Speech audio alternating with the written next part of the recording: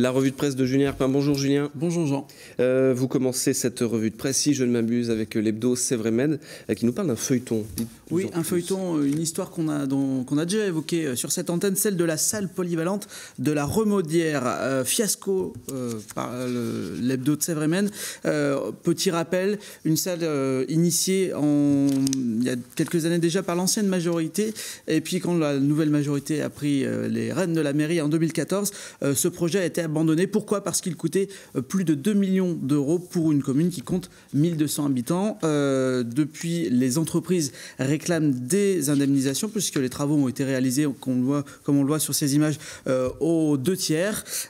Et tout ce joli monde avait rendez-vous cette semaine devant la cour administrative d'appel de Nantes qui a décidé de reporter son arrêt à 10 jours. En tout cas, c'est un dossier qu'on suivra et un feuilleton qu'on suivra du côté de la Remaudière.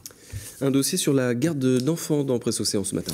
Oui, et avec notamment un focus de Presse Océan sur les maisons d'assistantes maternelles, les MAM, comme on dit, garde d'enfants à difficile équilibre. Les maisons d'assistantes maternelles, ça se développe. Le principe, il est simple, c'est des assistantes maternelles ou des assistants maternels, ça existe aussi, qui se regroupent dans un lieu, qui peuvent avoir jusqu'à 4 enfants chacun. Ça évite l'isolement de ces gens-là.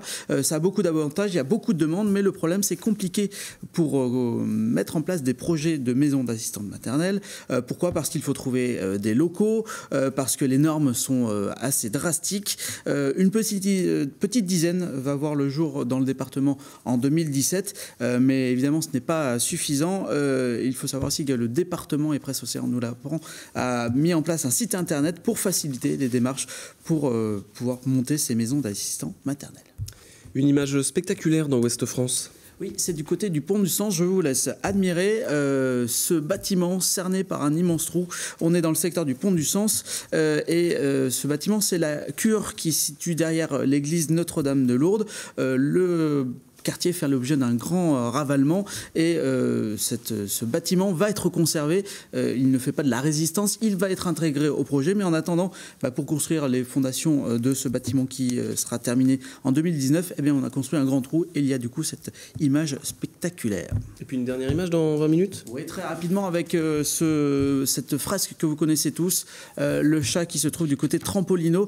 Il avait été dégradé il y a quelques semaines de ça et son auteur, Casier, est en train de le retaper actuellement et d'ici quelques jours, quelques semaines, il sera flambant neuf. Merci Julien. Merci Jean.